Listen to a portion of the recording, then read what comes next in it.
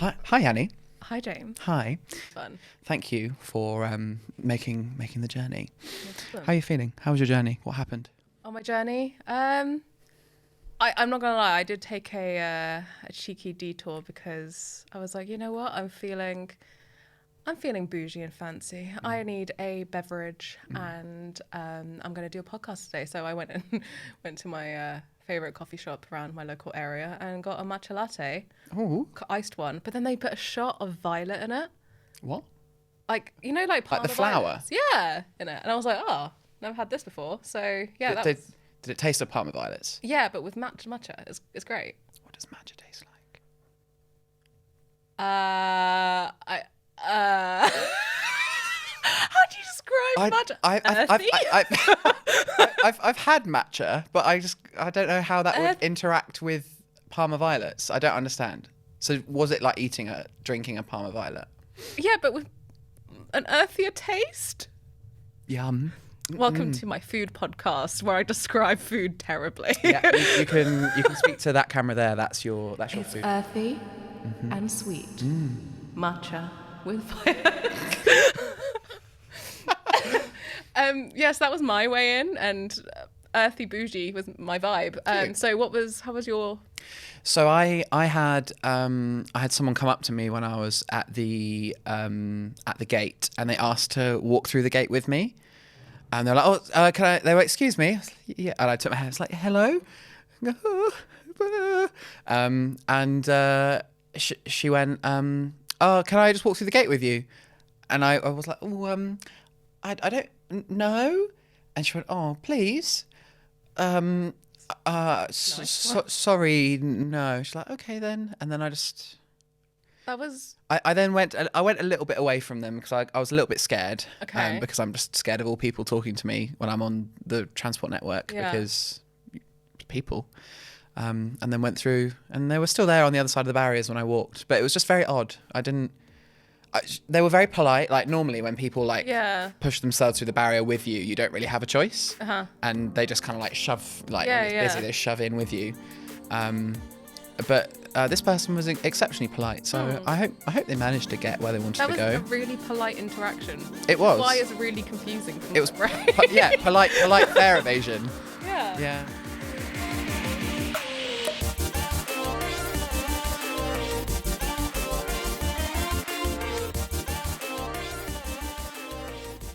Who are you? Oh, who am I? Yeah. Hi, I'm Yanni King. My pronouns are she, her. And I'm a diversity inclusion consultant at Diversifying Group. And I am James Burns, and my pronouns are he, him, and I am the digital marketing consultant for Diversifying Group. Thanks for coming here. I'm really, really grateful. This is the first episode of Diversity Unplugged. I'm very excited. So today, in this brand new series of Diversity Unplugged, we are seeing Eva Echo. I am very excited. I'm a big fan. Yeah? I am a very big fan. How long have you known Eva Echo for? Maybe just over a year. And what did you find? How did you find them? I just love how like they call just stuff out on social media. Like it's just like well, I'm trying not to swear. Yeah. And you can see it. We can bleep it out. Yeah, I'm just like, oh, that's bullshit or that's shit. You can't just please stop. And I just love how they just call it out and says it how it is, but also explain it in such a way that it's very accessible to everyone. Okay. And that's why I really love them. So I'm very, very excited. And nice. I can't wait for the conversation. Yeah. And what I'm going to learn. Yeah. Welcome. Hi. Hello. Thank you so much for coming down to talk to us. I really appreciate it. Who are you? Tell us a bit about you. Well, my name's Eva Echo. My pronouns are she, they. Where do I begin? I'm an activist, writer, public speaker. I'm Director of Innovation at Birmingham Pride. I'm one of the directors at Trends in the City. And I'm also an ambassador for the charity Diversity Role Models. I'm also a bit of a loudmouth on social media. I like to call out social injustice and just challenge it, really. And I basically kind of use my platforms and my positions to do what I can for the LGBTQ community, especially the trans community. Nice, cool. And when did you pick up the mantle? I don't think it was an active choice. Okay. No one ever thinks, what? Oh, I'm going to be an activist. I actually came out and thought, I'll just medically transition, socially transition, and then I'll just slot back into life. Yeah. And it never happens. Naively, I started a blog online and thought, no one's going to read it. There are millions of pages online. Who's going to read mine? But people did. They connected. And I think through that, I realized quite soon after me coming out, which was about 6 years ago, it's not just me. This issue of trans healthcare, trans rights and things like that, it goes way beyond me as an individual. What can I do? What can I do with my privilege? To just, I don't know, help others, whether it's those around me now or the next generation, so they don't have to go through what I went through. What can I do to make things a little bit easier? And I just kind of started from there, really. So I kind of fell into it, thinking I'll just have a dabble. No idea what I'm actually doing. I don't think there's ever an instruction manual for activism. So just kind of went from there, and I really love it. I think I'm so neurospicy and so stubborn that when I get my teeth into stuff and any sort of injustice, I feel like I have to correct it. And there's this urge of wanting justice, and I can't, for some reason, rest. I sound like Batman now, but I can't rest until there is justice. Yeah. Yeah. I think that happens to like a lot of people, especially working in D&I. So I'm a diversity inclusion consultant, and it's always a pathway that you're just like, oh, I didn't realize that I would fall into that. But then you look at everything else in your life, you're like, oh, actually, yeah, I can see why I'm that now. It's like things just like, oh yeah, I was talking about this when I was a kid, I was talking about this with my parents, and I was talking about it when I was at uni, and then all my friends, and then suddenly you're like, oh, now I'm here, and I can't settle if like there's something I want to call out. I have to just, how do I do it in my power to do it? And yeah, and that's something I really love about you, is like, that's, so when we were talking about this podcast idea, I was like, I think this is a really good guest to put on, because I really love their activism online, and I love how you call it out. I just love it. And you do it so well, and also you just like, you connect with so many people. So when you did your video of saying sorry, and like it was just so like authentic, and it came from a so humanistic place, and I think that's why everyone like is so appreciative of you. And yeah, sorry, I'm just like a fangirl moment. I'm doing a podcast. What? What podcast? It's my moment to say. Yeah. Yeah, we'll fall into it basically by accident. Sorry. Now that's off my chest. Well, that's actually a really good first, I guess, like thing to talk about, is that you took the NHS to court over their treatment of trans people in the healthcare system. Can you tell us a little bit about that? Because that was fascinating. That crossed my news feed independently of knowing who you were. So that went somewhere. Yeah. I mean, I guess that's peak activism when you get to that level. Yeah. And for me, the moment I heard that this was a possibility, I'm like, yes, where do I sign?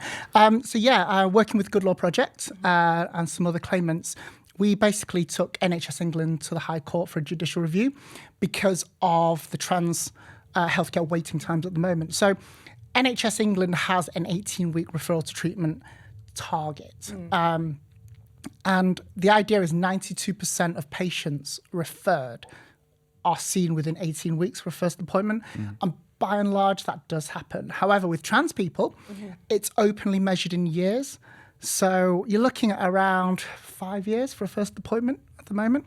And this is without mental health support. Yeah. So for me personally, I remember coming out, that moment of euphoria, that moment where I think, hey, well, this is me, only to be told, yeah, we don't know when we can see you. It's like this huge anticlimax. Yeah. And I remember how that was such a kick in the teeth. And I thought, well, if there's anything I can do to help fix it, challenge it, definitely. So working with the Good Law Project, we spent, I think it was about 2 years or so.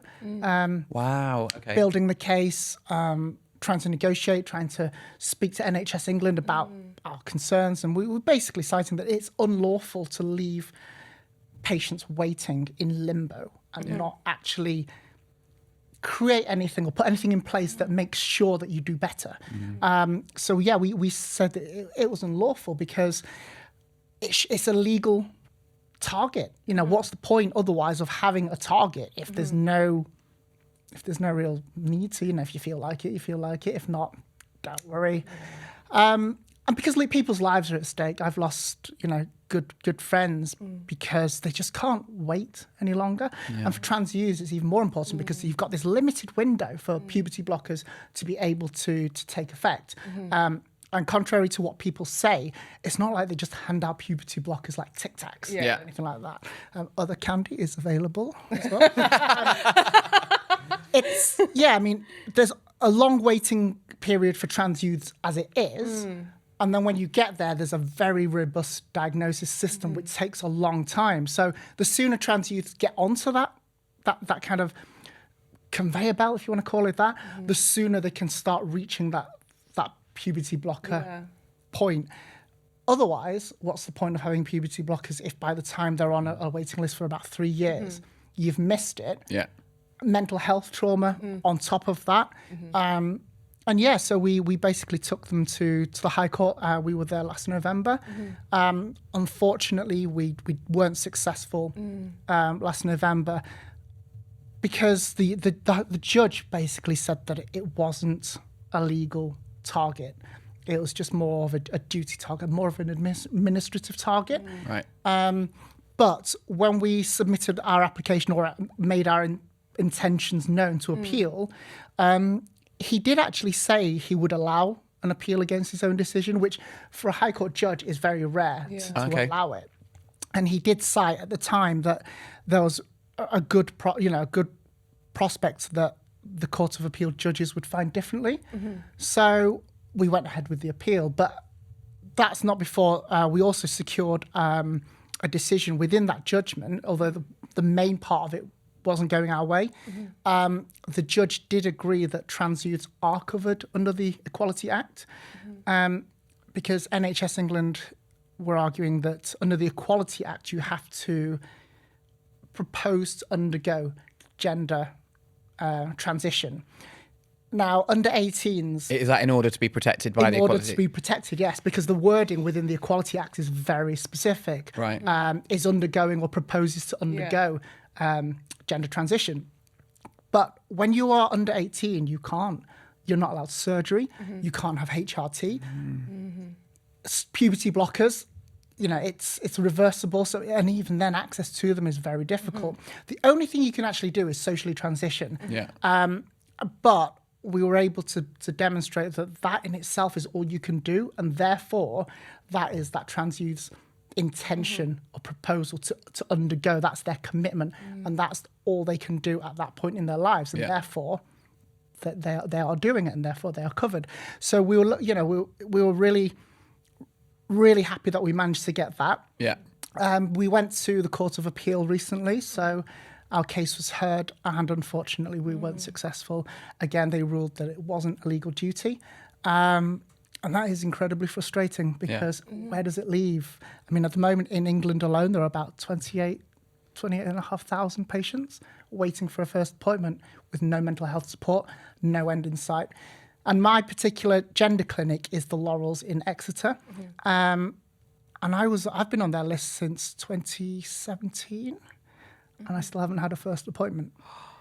A recent, I think it was a Freedom of Information request, a recent one found that the average waiting time at the Laurels is about 90 months for a first appointment.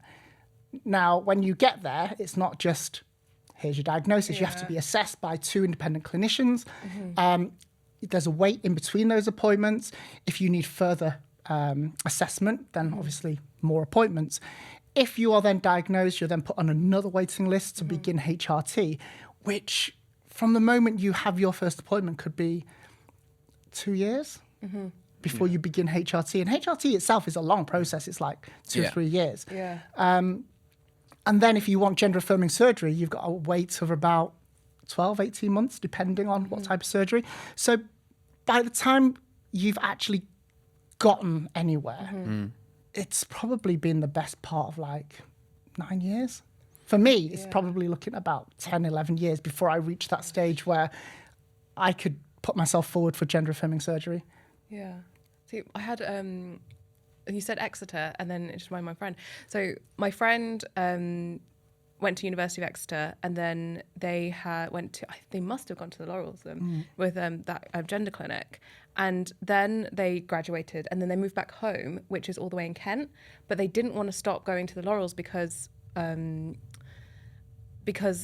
they didn't want to get like lost in the system in the NHS. So they were traveling down all the way from Kent all the way to Exeter, and that's a long journey just so they could get that access. And that's it just shows how hello rage just shows how difficult it is. And then I remember them going, I was working with them, they were going down, like they would take annual leave just to go all the way down there, stay the night, go see their appointment, then go back. And just to have like one appointment just to say like, yep, okay, you can go do this now. And just to have that, all those barriers just in the way. Yeah. Meanwhile, you say about the Tic Tacs thing, other candy is available. Contraception, when you're like a teen girl, and they were like, yep, sure, just take all the stuff, all the mental health that goes with it. Yeah, fine. Same with antidepressants. If you go to a GP and say, I'm feeling down, I'm not being in the best of moods, they're so quick to issue antidepressants these days, literally just handing them out. No, you don't need a clinical diagnosis or anything like that. Yeah. And I think it's worth pointing out that when we look at HRTs, like the stuff I'm on is the same stuff that menopausal women are on. Yeah. Like there's no difference. They can literally go into a GP, talk about their symptoms, and I wouldn't say fast track, but compared to trans people, trans women, they can get access to HRT and begin treatment so much quicker. In fact, some pharmacies are able to now issue HRT to save the wait and the pressure on GP surgeries. So certain pharmacies are able to issue prescriptions for basic over-the-counter medicines.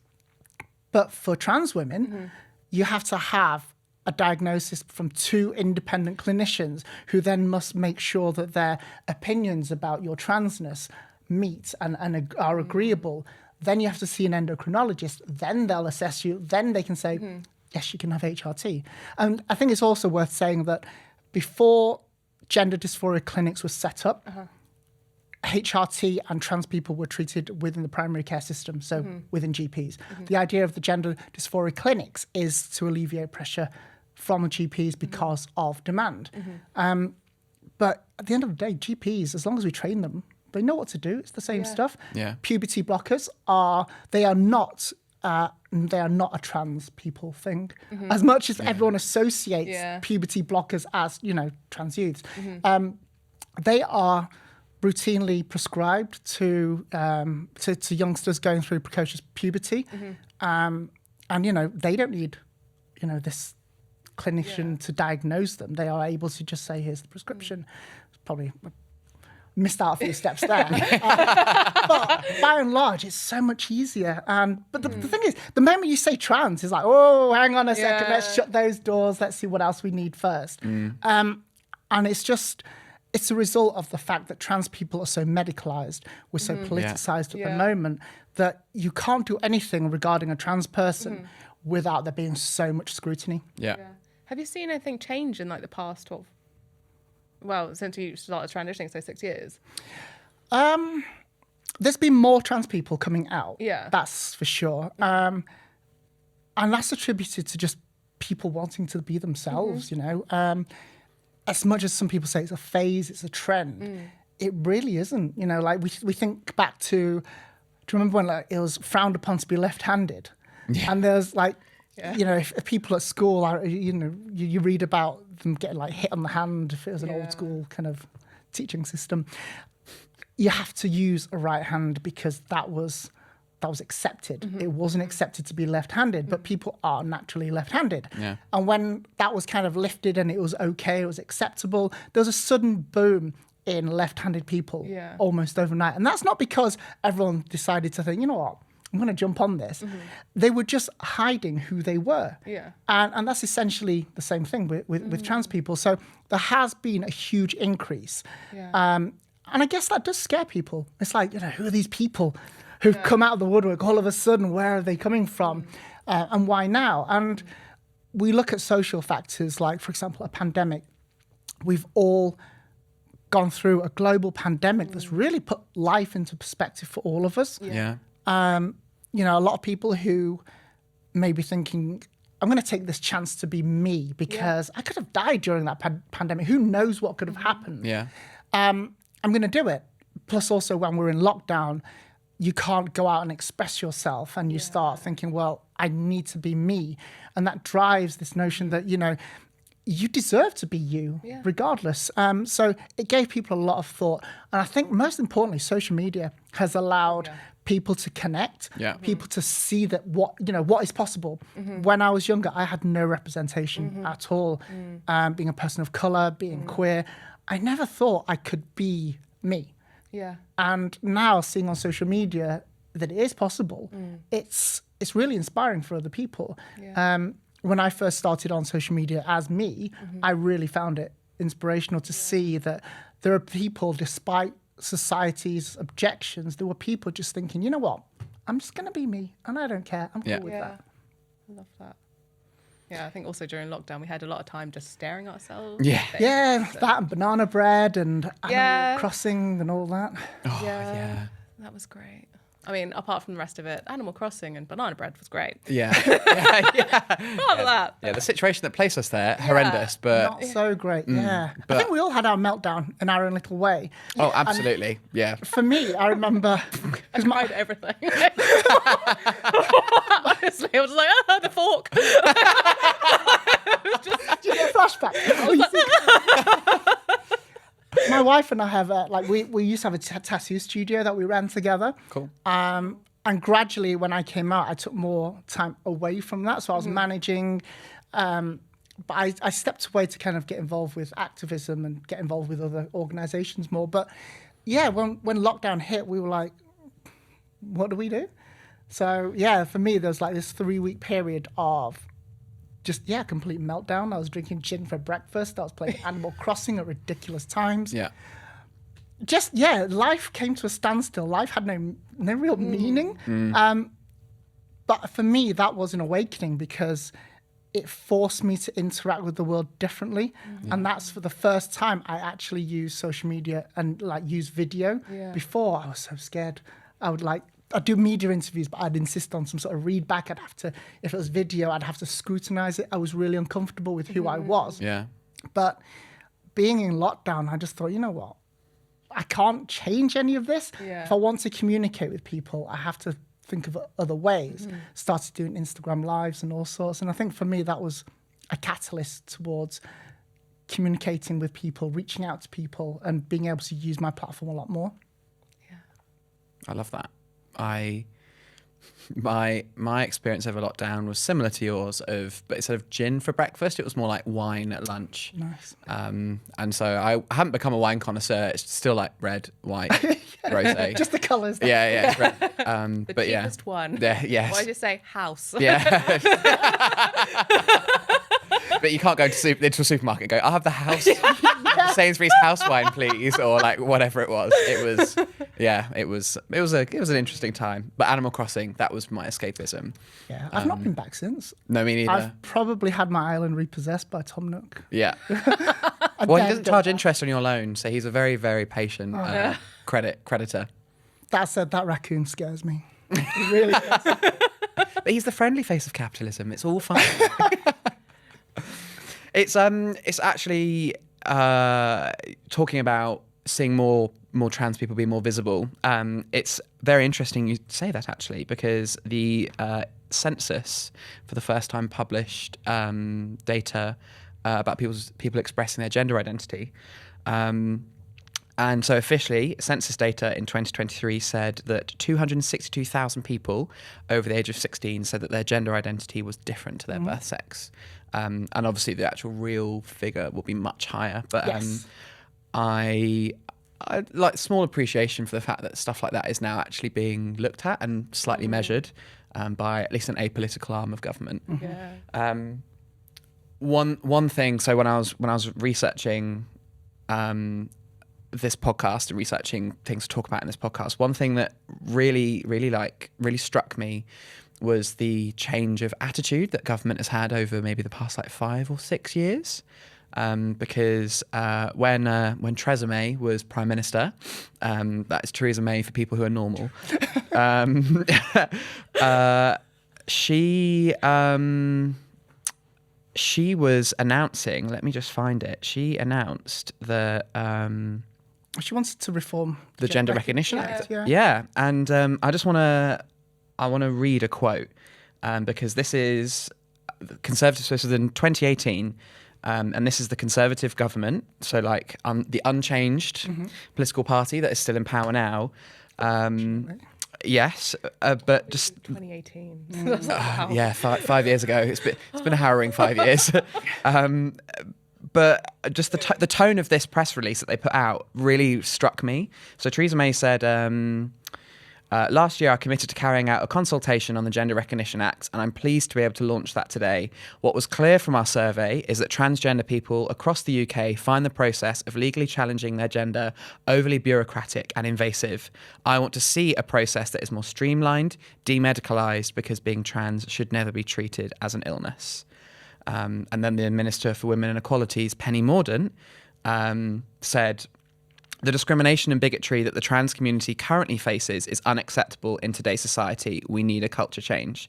In response to our national LGBT survey, trans people have told us that the current system to legally change their gender isn't working, and they find the process bureaucratic, costly and intrusive. We want to help people thrive and to go about their daily life, living in the gender they chose, without intrusion or fear of humiliation. This consultation is a better chance for us to change the current system for the better, and I look forward to hearing everyone's views. And I found that really hard to read because I was shocked that is the same. Well, it's not the same Conservative government, but it's the Conservative government that has remained unchanged-ish. Save 9 prime ministers. We've had a few chances. Yeah. But like, I was just so shocked that the party that was in power then is the party that's in power now, and they're now just spouting the complete opposite. And I just don't know if you had any thoughts on that, because mine was shock. I just didn't have any other words other than just being totally surprised. Not surprised, but totally surprised, you know? I mean, I think that the biggest surprise is that the MPs that backed that potential reform are the same MPs that are now saying trans people are dangerous. Yeah. You know, this trans agenda, I don't know, we're out to steal single-sex spaces, changing rooms, women's rights and all that. And you only have to look at the top because that's where it comes from. You know, when we look at a Conservative government that is clinging on to power right now, they need something. They had a really strong 80-seat majority under Boris Johnson, and that's just kind of been spaffed away over like however many months. And it's gone downhill for them, really. So they need something. Yeah. And what's more divisive than trans people and migrants? They're the two things that really get people talking. Now, when we look at the trans people, the Conservative government was committed to creating change. They were very open to it. But that public consultation also gave rise to gender-critical views. And since then, those views have just been snowballing. Yeah. A lot of misinformation out there, a lot of just straight-up lies at the end of the day. And because those views came to prominence, it's really made people think, oh, hang on a minute, have they got something? Well, no, they haven't. But these people are really well connected. They have, financial backing. They've got a lot of power, a lot of sway, and connections with 55 Tufton Street. So they hold a lot of power. So when we look at a government that is clinging onto power and they see people who are able to help them, then it's a no-brainer that they come together and they really work together and think, you know what, if we work with you, let's portray trans people in a certain way, then that gives us favour with the public. And it really has gone downhill ever since. When we look at other countries, Ireland have had self-ID since 2015. Not a single issue. In fact, they were quite shocked that there was hardly any take-up of it. It's there. 2022 last year was Argentina's 10th anniversary of self-ID. They were the first country to introduce it. And when you look at a country like Argentina and you think the UK, Argentina, why are they beating us on something so simple, on basic human rights? But, you know, they've not had a single incident of it being abused. Any men putting themselves through this system, cisgender men, I might add, putting themselves through this system to attack women, to abuse women. There are more and more countries are adopting this. Only recently, Germany, I think it was yesterday, announced that their proposal to amend their gender recognition laws have been accepted. It still needs to go through Parliament. But that is along the similar lines to Ireland, Argentina, other countries where it's more of a statutory declaration. And when we look at the UK, Scotland, the end of last year, it was Scottish Parliament's longest consultation period of about 6 years. Cross-party support is unanimous. It got blocked from royal assent. And the reason it got blocked was because there was allegedly conflict with the Equality Act. Even though the documents clearly stated there is no conflict, even on the government's own website, it stated there are no conflict. Suddenly this fear cropped up and everyone's like, hang on a minute, women's spaces are going to be removed, you know, women's rights are going to be taken away. But the fact is, trans rights enhance women's rights. Trans women are women. Trans women go through, you know, virtually the same oppression as women. Therefore, we need to work together, not segregate all the different types. I mean, being trans it's just one part of our identity. Trans is an identifier. You know, if you take out trans and you put black in there, Jewish, is it suddenly okay to be saying that black women are dangerous, Jewish women are dangerous, they're here to take your rights? No, but why is it okay to do so with trans people? So that's been blocked from royal assent. And when we look at legal recognition, it has nothing to do with single-sex spaces. When was the last time anyone had to produce a birth certificate to go into a changing room, go into a toilet? In fact, many people have gender-neutral toilets at home. This drives me mad. Every bathroom in every home is gender neutral. It's like, what? Why are you getting so like caught up? It's like, oh, I can't go in there because it's gendered, and I'm just like, but where do you pee at home? Exactly. Everyone does it. Like, get over yourself. I mean, I live in London, and I dream to have 2 bathrooms. Wow. Just imagine the privilege. This is very very London specific. But it's just like mine is forcibly gender neutral. Yeah, all your other guests, like your female guests, can go to the other bathroom. Yeah. It's just it's just like this is the man bathroom. The man it's bathroom, the man. Like what? It's crazy. Yeah. I went to a gig on Sunday, and they had gendered toilets on this festival. And then it was a very queer gig. So it was like Boy Genius, Muna, Ethel Cain, and Soak. And everyone was like, why are they gendered toilets? And everyone was like, read the room. What are you doing? And it was just that whole it was great because all of us were behind each other, just like, this is ridiculous. Yeah. But even then, like, I've been to, as if I'm going out all the time. I can't afford to. Like, I've been to so many like gigs, venues, and spaces that have gendered toilets. They'll be expressly done that way, but the toilets are then cubicles, and they are like, there is nothing, like, there's no differentiator. And like, I'll be with like my female friend, and we'll go like, is yours just a cubicle? And we'll just like open the door and go like, it's the same. And that's just expresses to me how even more stupid it is, because it's look at trains, public transport, on coaches, trains, they are all gender neutral toilets, and no one had an issue with any of this until just fairly recently. And I think it's worth pointing out that had the Scottish gender recognition reform been allowed royal assent, then it would literally prove everyone wrong. All those people in power in certain influential spaces who have been saying for years, this will be detrimental to women's rights.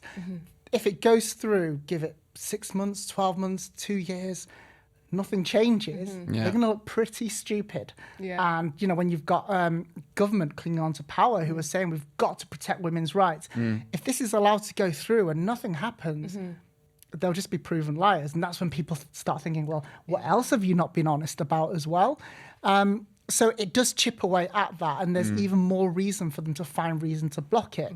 But yeah, I mean, when we look at things like Section 28, it was Scotland that repealed Section 28 first.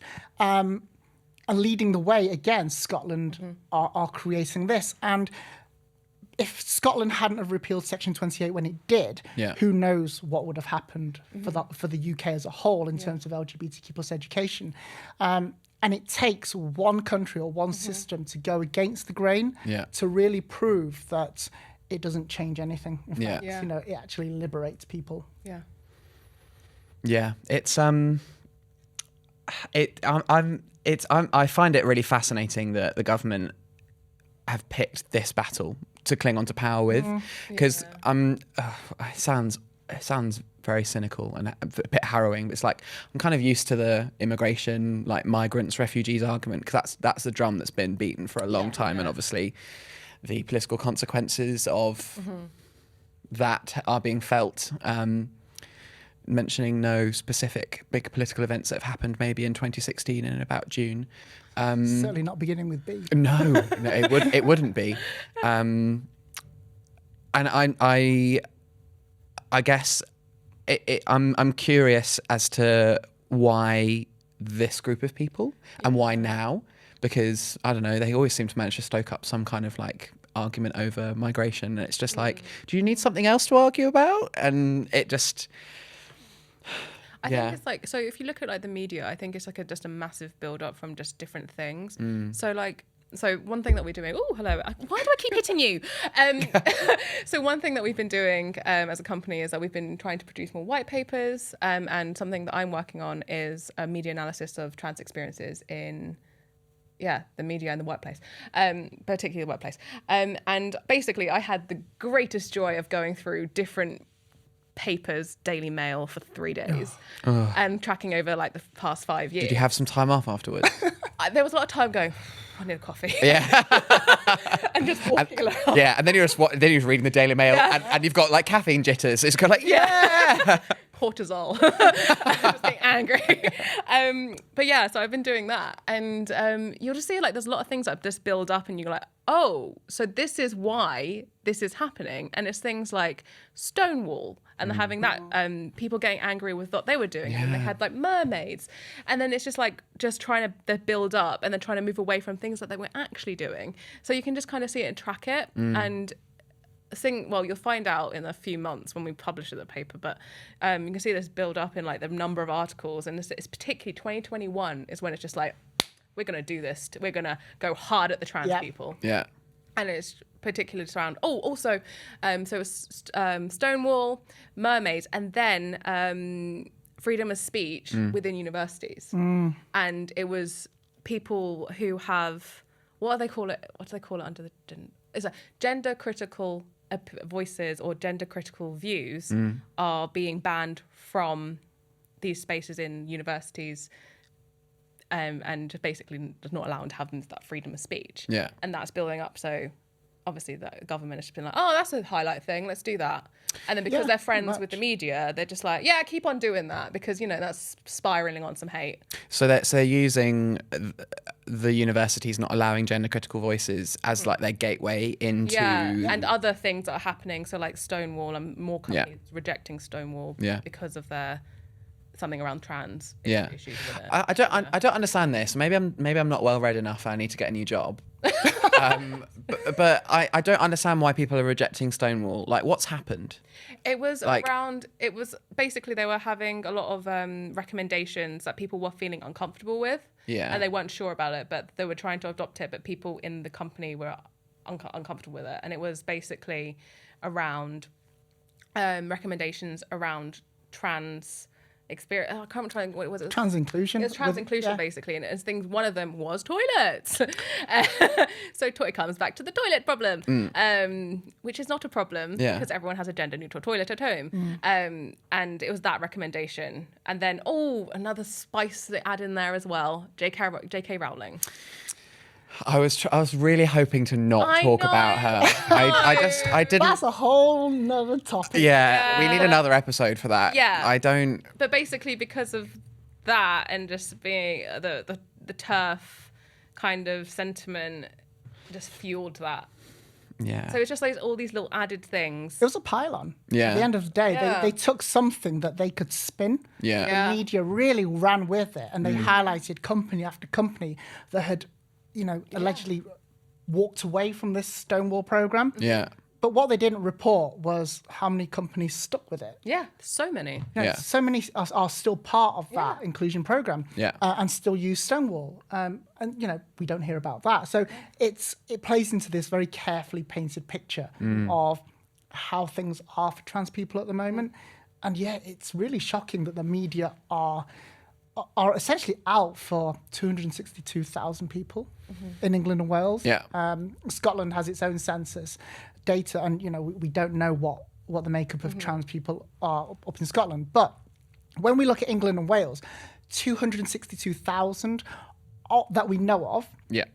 Of that, roughly 45,000 identify as trans female.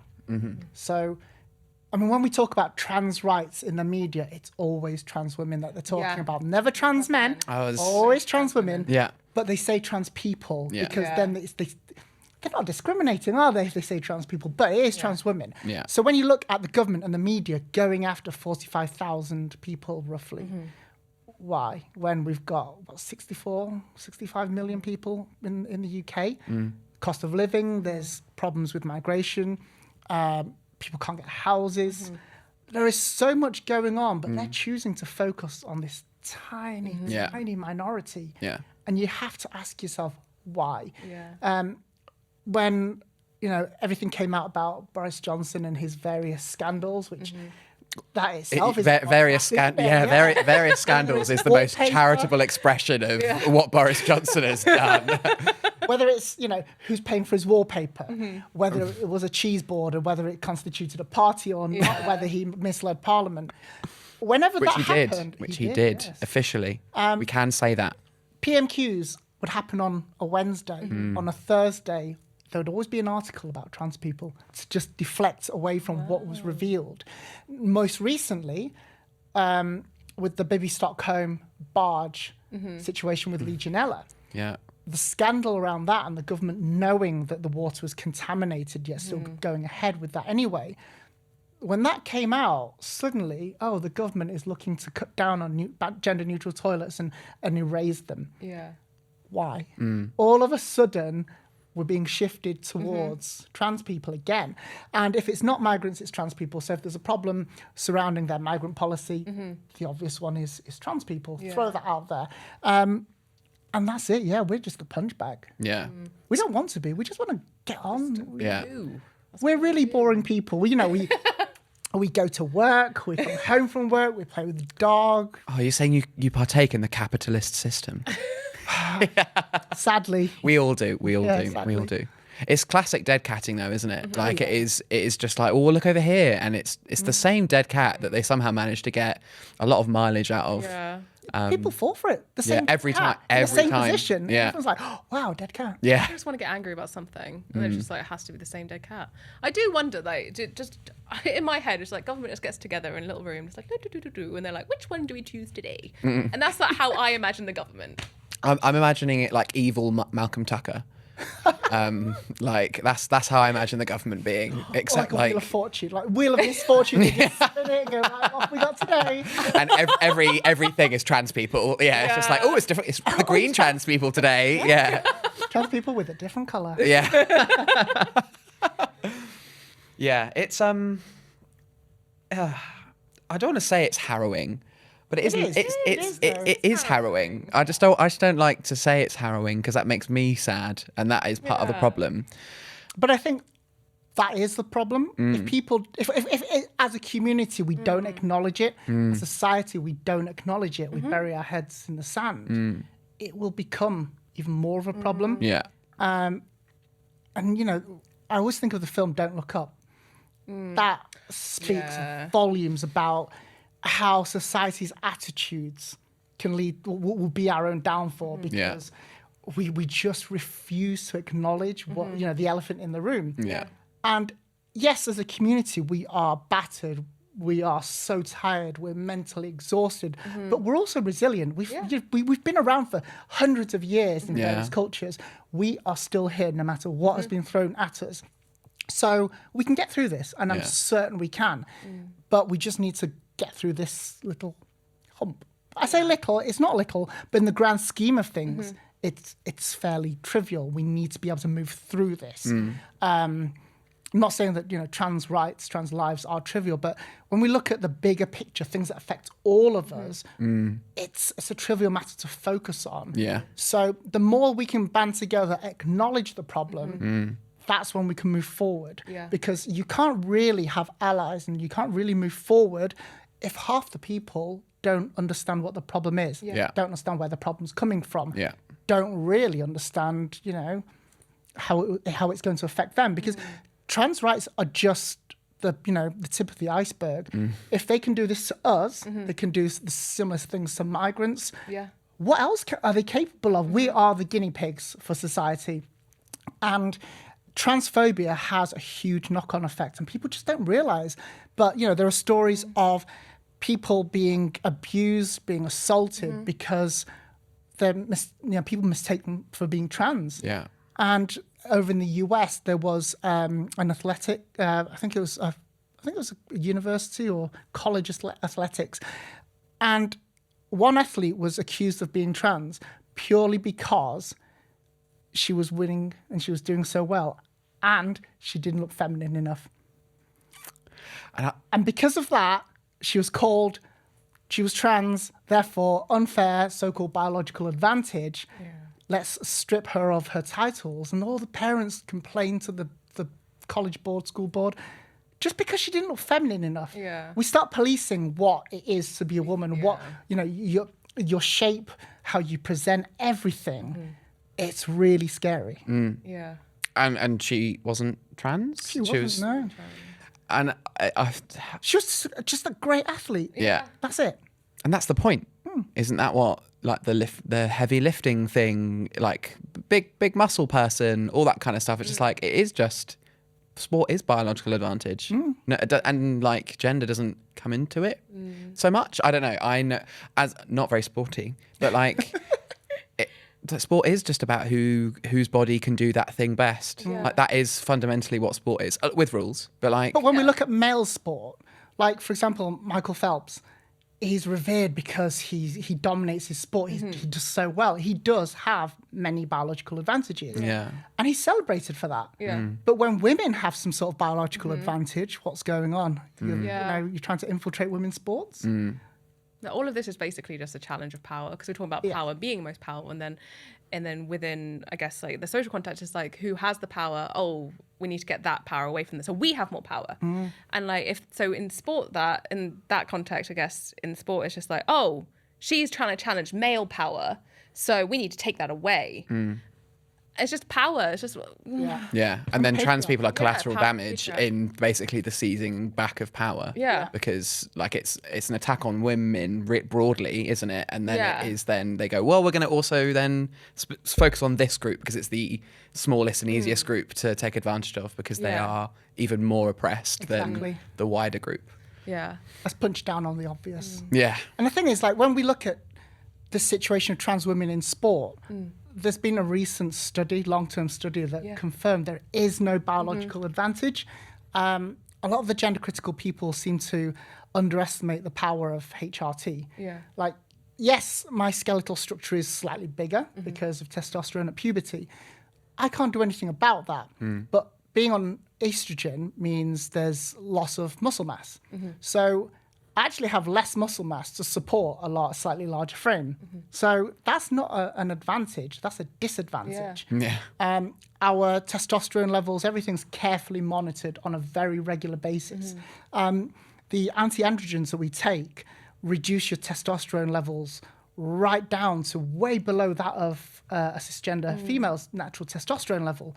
But that doesn't get spoken about. It's always testosterone, you've got this natural advantage. But look at the Williams sisters in tennis. No one has ever thought, why do you keep dominating? Look at your build. What are you on? Look at your genetic makeup. No, they are celebrated for it. And trans women, if people have an issue with trans women, it's because they don't see them as women. They see them as men. And therefore, the problem is men, not women. Yeah. So I guess moving more positively and thinking about the future. That wasn't positive. Moving even more positively, think about the future. We were talking about allies earlier, and I think that's some important stuff to talk about allyship. What would you say like the perfect ally would be, and the imperfect ally, and how do you become the ally that you want to see?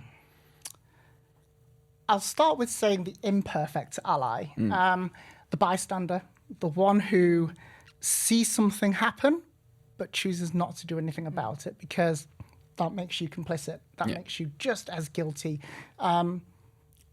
We have to kind of remember, you don't have to understand somebody fully in order to respect them. You don't have to be on board with their choice. That's absolutely fine. You just need to be able to respect them as a human being. And, if someone's gender critical, that's fine. Gender critical thinking doesn't really affect me to the point where they can have these thoughts as long as they don't act upon them to the point that they are doing now and physically causing my life a problem. You can think what you want. There are flat earthers out there still. They don't impact on the progression of society. We just kind of let them have their own little corner. And their Netflix documentary, that as well. But we need to acknowledge that there is a line. And when that line is crossed, people lose their lives. People are hurt. And that's just the beginning of it. And the bad ally is the person who ignores that, who just thinks, I'm fine. I'm doing all right in my own little corner of the world. I'm just going to plod along. I support it, but as long as it doesn't affect me. And the fact is, all social injustices are interlinked. It will affect you at some point. So I want allies to really step up. The pandemic was, I like to call it a classroom period. We're at home 24/7, we've got computers. That was our only way of connecting. And pronouns were on the rise, or the idea of using pronouns.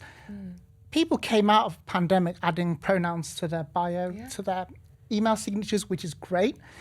We need to do a bit more than that now. Pronouns in the email signature are not going to save lives. We need people to take a step beyond that and do more. And the good ally is one that does the opposite of all that, is happy to use their privilege, recognizes that there is an injustice and that they have the power to say something, to challenge something, even if it's just going to HR at work and saying, you know what, gender neutral toilets, we all have them at home. Why don't we just do something here? Why don't we just stick a sanitary towel bin in every single toilet here, even if it is gendered?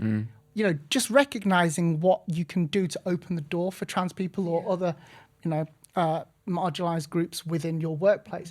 Little things like that, but be proactive. Don't wait until someone prompts you.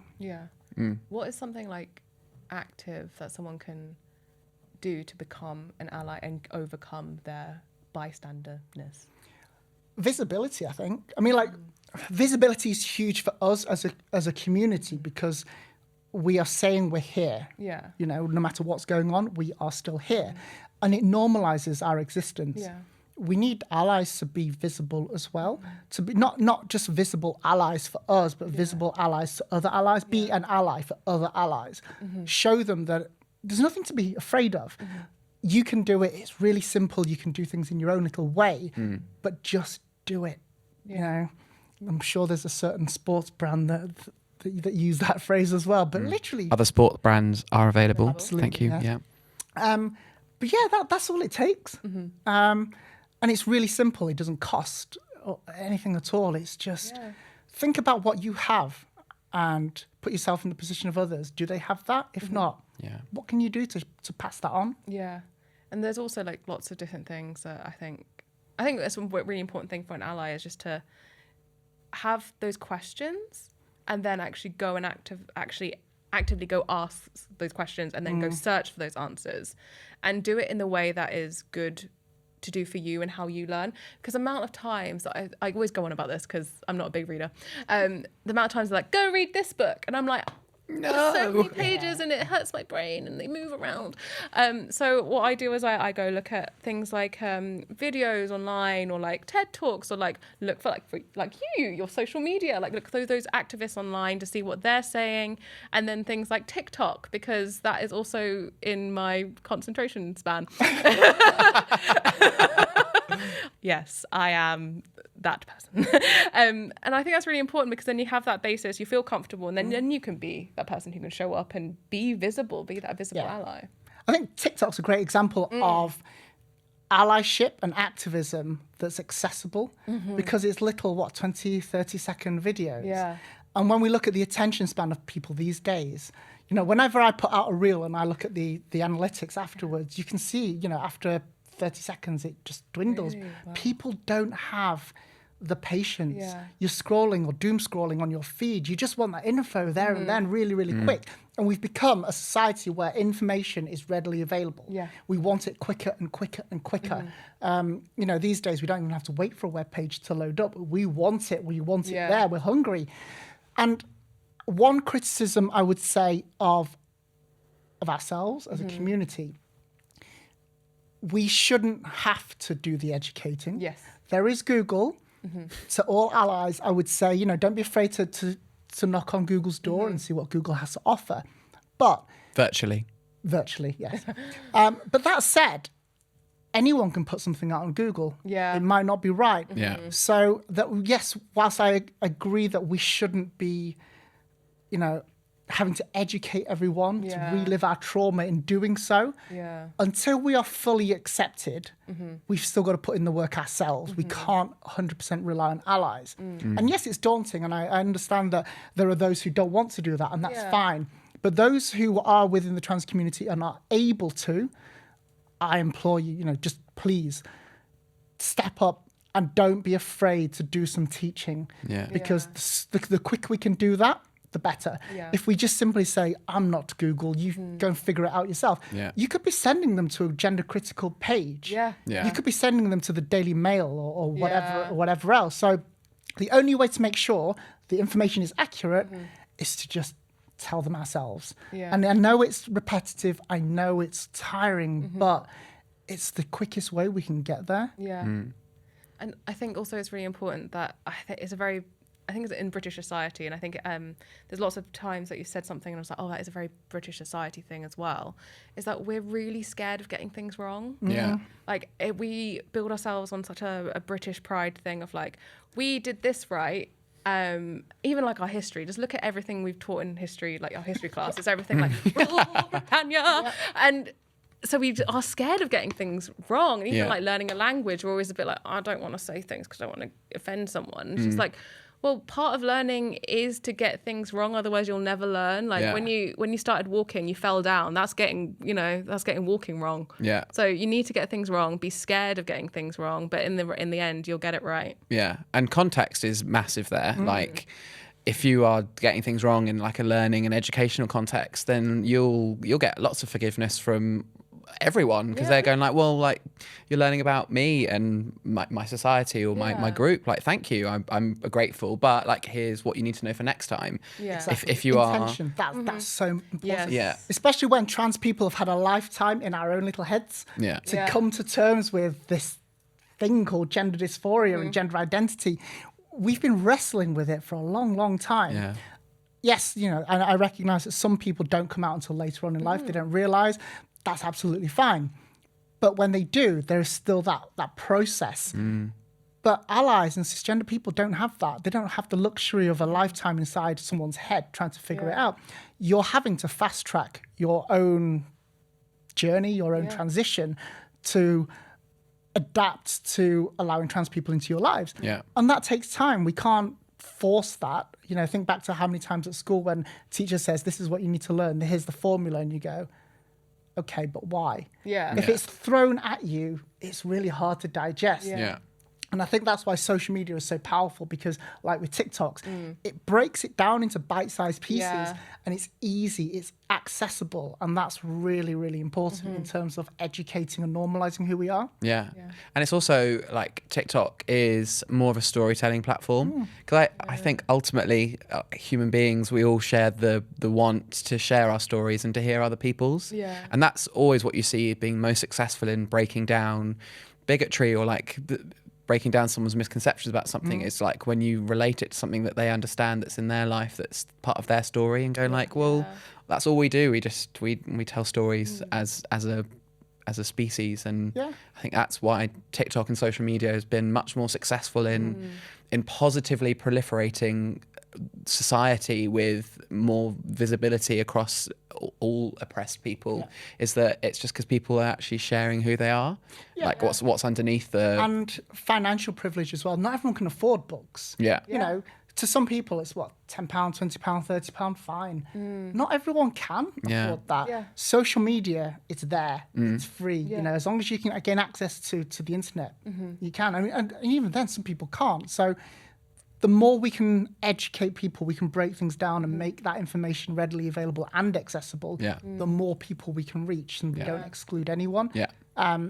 Sadly, you know, even as an LGBTQ plus community, we're not always as inclusive as we could be. You know, we talk about inclusivity, we want to be included, yet we're not always very tolerant of others. And I think there needs to be a bit of reflection on our own part as well. Because sometimes our own internalized homophobia and transphobia does get in the way, and we do have our own unconscious bias. We're not perfect. We were talking earlier about, you know, Lizzo, and how people who you revere or people who you would see as angelic or on a pedestal, they can do no wrong.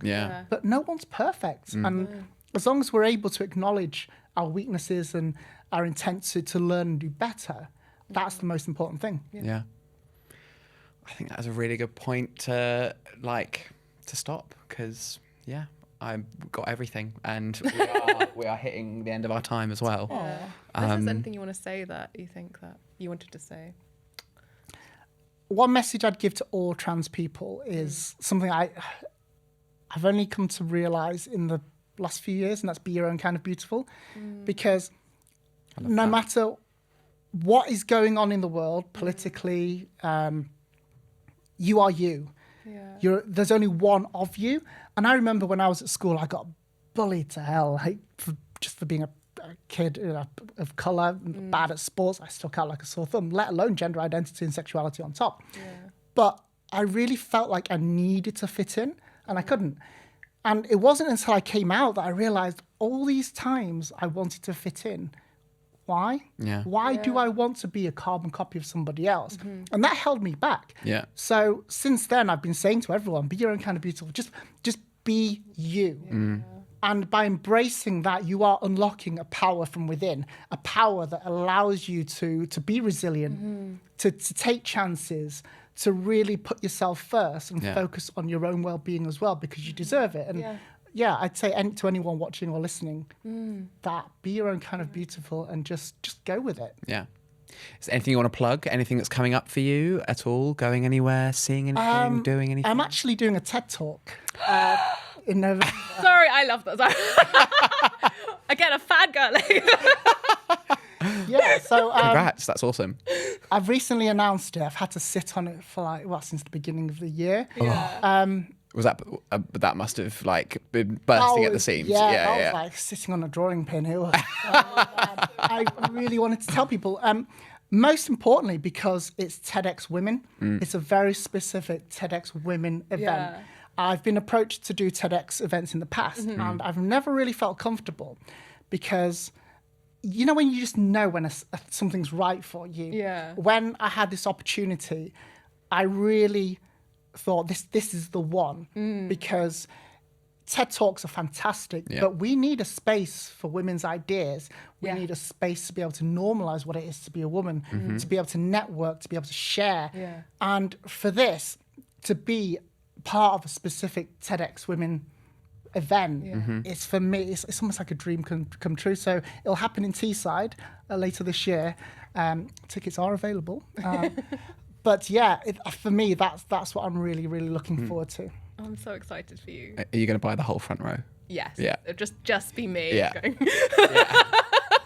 And just pictures of Yanni just looking really like... Please bring banners.